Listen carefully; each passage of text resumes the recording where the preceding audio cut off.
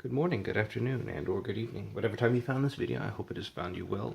Today I'm going to talk about something a little different. For those of you who play multiplayer commander games with like upwards of 5 or 6 or even more commanders, it may actually be more interesting when you have a 5 or 6 player game to try this version that I've recently heard about. Originally it was called Usurper. In it you take basic lands, you shuffle them up, and then you deal them out to players. And although I really liked how it worked, I thought about maybe it should be for each basic land you should have a different role to play in the game. And what it does is it establishes a story, or rather a goal for each player there at the table. And I'll try to go through that as I reveal which cards are which.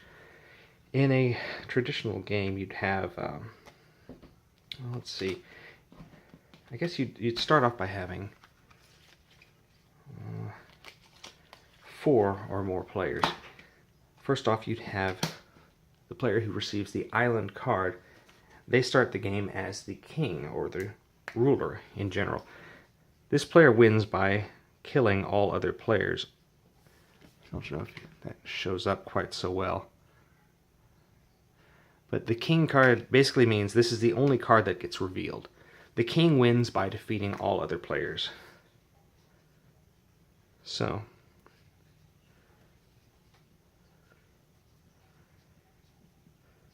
the king also, or the ruler, gets to start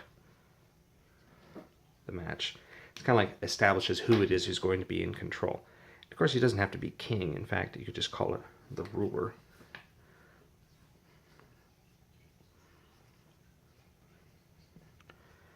And that's just to make it easier than saying my liege or your highness. The next up is the assassin.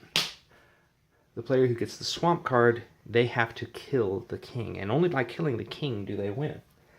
In fact, if the assassin kills the king, then the game is over.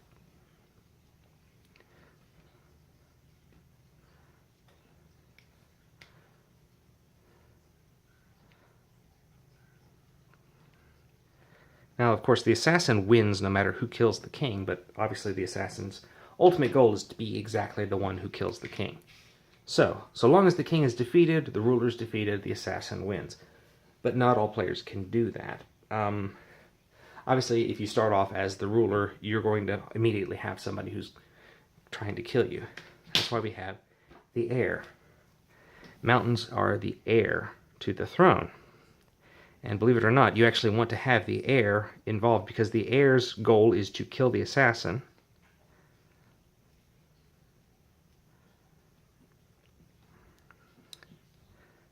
And then kill the ruler. So the heir's role is actually to keep the king or the ruler safe. And then once the assassin is killed, they kill the ruler for themselves. Which you don't know who is the assassin, who is the ruler, because these cards remain face down during the course of the game. The next one up from that is the guard. The player who receives the plains is the king's guard, or the royal guard.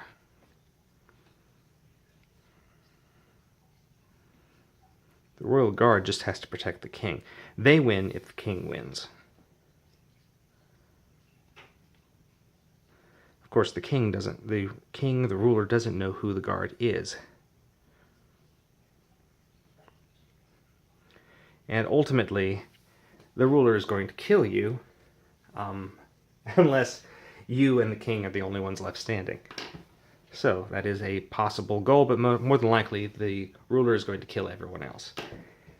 And this is how it is essentially played, although it's normally called usurper, and instead of being the heir, you're called the traitor. I actually like it being better as the heir, because then there's a reason for you to kill the assassin to rescue the ruler, and then kill the ruler to take over. But I'm adding 2 more basic lands to the mix, because we have 6 total. And that is the Bystander. The forest card is the Bystander, who gets swept up in all of this. Usually they're the ones that you see out in the villages, or the farmhand, or someone who accidentally helps one of the others to stop the unruly king. Let's see. They only win if the king is defeated and someone else wins.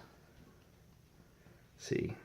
as to just anyone but the king wins, essentially.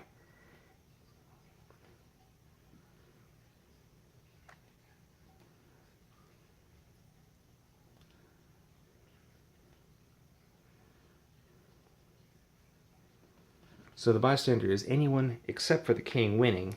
The bystander shares in that victory. So the bystander, who doesn't know who any of these other three are, has to help. They can help the royal guard defeat the assassin or the heir. They can help the heir kill the assassin and then eventually the ruler. They just basically, as long as anyone but the ruler wins, the bystander shares that victory. The last one, of course, is the waste card. As a basic land, it is the mistaken identity.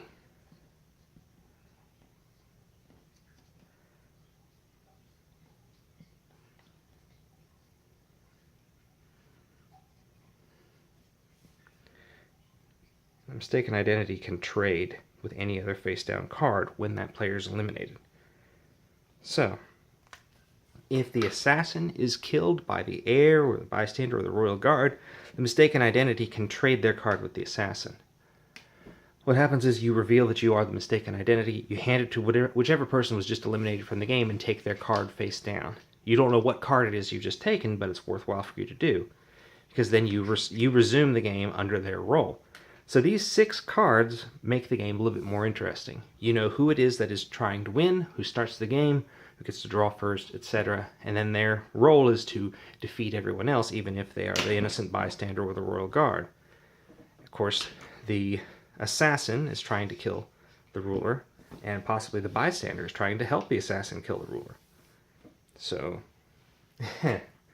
from the get-go, you'll have these 3 trying to stop the king, then you have these 3 trying to protect the king, and of course, once one or the other of these are eliminated, the game changes to where the heir is trying to stop the king, as well as the bystander, and the royal guard is trying to protect the king or the ruler from the bystander or the heir. Once all that is taken care of, it becomes pretty clear who is who, and who you have to get rid of before you kill the king. But it adds an extra dimension to the game and how it is played, and I think makes it more fun. So, just however you want to do it, just try it out for yourself and tell me what you think of it. I hope you enjoyed the video, and I hope you're having a wonderful morning, a wonderful afternoon, and or a wonderful evening. And I hope tomorrow's even better.